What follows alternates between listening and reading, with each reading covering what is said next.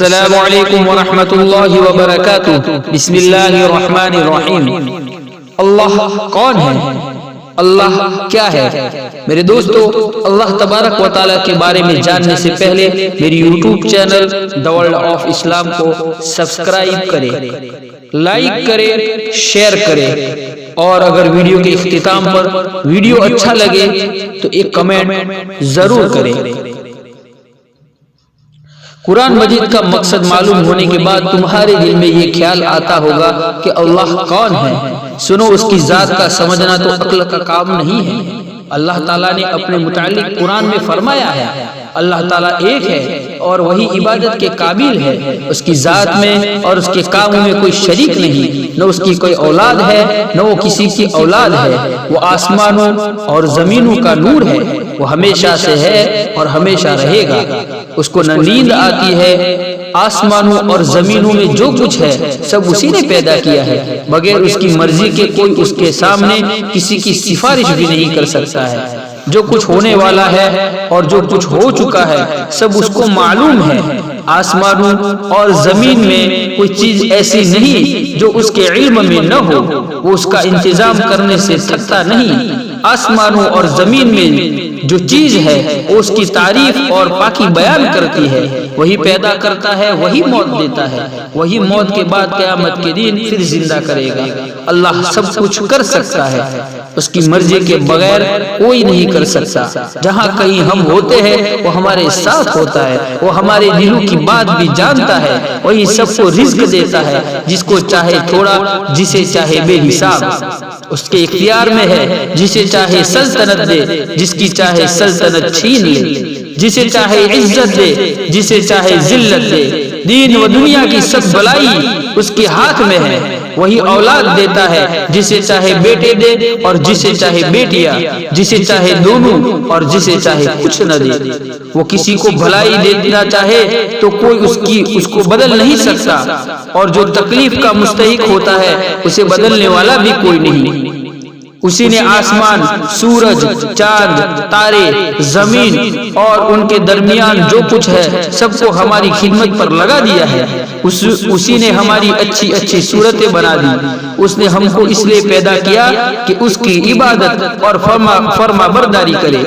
اس نے حضرت محمد صلی اللہ علیہ وسلم کو اپنا آخری نبی بنا کر بھیجا اور حضرت صلی اللہ علیہ وسلم پر اپنا آخری کلام قرآن مجید نازل فرمایا کہ میں اس کی حفاظت کروں گا۔ اس نے وعدہ کیا کہ قرآن جب تک دنیا میں ہے تب تک قرآن کی حفاظت میں خود کروں گا۔ ہم کو بتایا کہ ہم خود بھی قرآن مجید پڑھتے رہے اور دوسرے لوگوں کو بھی سمجھاتے رہے۔ اللہ تبارک و تعالیٰ نے کم و بیش 18,000 مخلوقات کو پیدا کیا۔ اس میں اللہ نے سب سے پہلے فرشتوں کو پیدا کیا۔ یہ اللہ میاں کی بہت بڑی مخلوق ہے اور بہت طاقتور بھی ہے۔ ان کی شکل و صورت کیسی ہے یہ اللہ ہی بہتر جانتا ہے۔ فرشتے اتنے زیادہ ہیں کہ ہم ان کی گنتی بھی نہیں کر سکتے۔ یہ فرشتے کچھ کھاتے پیتے بھی نہیں، کیونکہ اللہ تعالیٰ نے ان کو ایسا ہی بنایا ہے۔ یہ صرف اللہ تعالیٰ کی عبادت ہی کرتے رہتے ہیں۔ لاکھوں فرشتے اسی طرح عبادت کرتے رہتے ہیں، جس طرح نماز میں کھڑے رہتے ہیں، اور قیامت تک اسی طرح کھڑے کھڑے اللہ تعالیٰ کی تعریف بیان کرتے رہے۔ اسی طرح رکوع اور سجدے بھی لاکھوں فرشتے، لاکھوں کروڑوں فرشتے سجدے اور رکوع کے اندر اللہ تبارک و تعالیٰ کی تعریف بیان کرتے ہیں۔ اللہ میاں فرشتوں کے ذریعہ دنیا کی مختلف کام لیتے رہتے ہیں۔ ان کے سب سے بڑے اور مشہور فرشتے حضرت جبرائیل علیہ السلام ہے، جو ہمارے نبی صلی اللہ علیہ وسلم کے پاس وہی یعنی اللہ کا پیغام لے کر آیا کرتے تھے۔ جب اللہ تعالیٰ کا بندہ اکیلا یا جمع ہو کر اللہ کی عبادت کرتے ہیں تو اللہ کے فرشتے بھی ان کے گرد جمع ہو جایا کرتے ہیں اور ان کی مغفرت کے لیے اللہ تعالیٰ سے دعا کرتے ہیں۔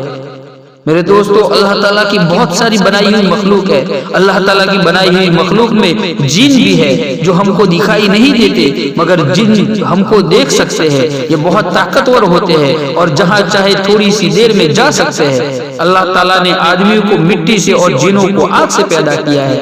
یہ جنگلوں اور پہاڑوں میں رہتے ہیں۔ جنوں میں سب سے بڑا جن شیطان ہے، اس کا نام ابلیس ہے۔ یہ پہلے آسمان میں رہتا تھا اور اللہ میاں کی بہت عبادت کرتا تھا۔ اللہ میاں نے جب حضرت آدم علیہ السلام یعنی انسانوں کے سب سے بڑے باپ کو بنایا تو فرشتوں اور ابلیس کو کہا کہ ان کو سجدہ کرو۔ سب فرشتوں نے اللہ کا حکم مانا اور انسان کو سجدہ کیا، لیکن شیطان نے سجدہ نہ کیا۔ اللہ میاں نے فرمایا کہ جب میں نے تجھ کو حکم دیا تو کس وجہ سے تو نے سجدہ نہ کیا؟ شیطان نے کہا میں اس سے اچھا ہوں، مجھ کو آپ نے آگ سے بنایا ہے اور اسے مٹی سے بنایا۔ اللہ نے فرمایا تو وحشت سے اتر جا، تو اس قابل نہیں کہ یہاں غرور کرے، تو ذلیل ہے۔ شیطان نے کہا کہ مجھے قیامت تک کے لیے مہلت دیجیے۔ اللہ نے فرمایا کہ جا، مہلت دی جاتی ہے۔ شیطان نے پھر کہا مجھے تو آپ نے ملعون کیا ہے، میں بھی ان کو سیدھے راستے سے بہکاؤں گا، ان کے آگے سے اور پیچھے سے، ان کے دائیں سے اور بائیں سے آؤں گا، اور ان میں سے اکثر آپ کا شکر ادا نہ کریں گے۔ اللہ میاں نے فرمایا نکل جا یہاں سے ذلیل مردود، جو لوگ ان میں سے تیرا کہنا مانیں گے ان سب کو اور تجھ کو جہنم میں بھر دوں گا۔ اس وقت سے شیطان ہمارا سب سے بڑا دشمن ہے اور چاہتا ہے کہ ہم اللہ کی عبادت نہ کرے، دنیا میں رہ کر اچھے کام نہ کرے، نماز نہ پڑھے، ماں باپ کا کہنا نہ مانے، جھوٹ بولے، چوری کرے، کمزوروں کو ستائے اور پریشان کرے، کسی کی مدد نہ کرے، تاکہ اللہ میاں سے جو بات اس نے کہی ہے وہ اس کو پورا کر کے دکھائے۔ اگر شیطان کے کہنے میں آ گئے تو اللہ میاں نے بھی شیطان سے جو وعدہ کیا ہے وہ اس کو پورا کریں گے، یعنی شیطان کو اور جو اس کا کہنا مانیں گے سب کو جہنم میں بھر دیں گے۔ اللہ ہم سب کو جہنم سے بچائے، آمین۔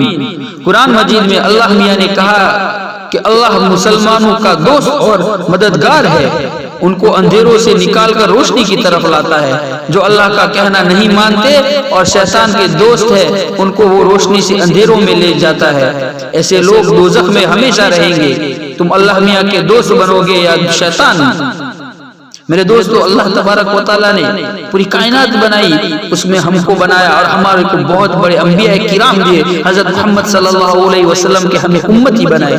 میرے دوستو، اللہ تبارک و تعالیٰ نے جو زندگی ہمیں دی ہے اس کا صحیح استعمال کرے، اللہ کی بتائی ہوئی زندگی کو ہماری زندگی میں اپنائے اور اللہ سے اپنے گناہوں کی سچی پکی توبہ کرے، اور اللہ تبارک و تعالیٰ ہم سب کو معاف کر دے۔ اللہ تبارک و تعالیٰ نے کہا اے میرے بندو، ایک مرتبہ مجھ سے آ کر گناہوں کی توبہ تو کر کے دیکھو، میں تمہیں معاف کر دوں گا۔ انہوں نے کہا ایک ایسا موقع تو دے دو، ایک ایسا موقع تو دے دو کہ میں تمہیں معاف کر کر جنت میں بخش دوں، میں تمہیں ایک جنت عطا کر دوں۔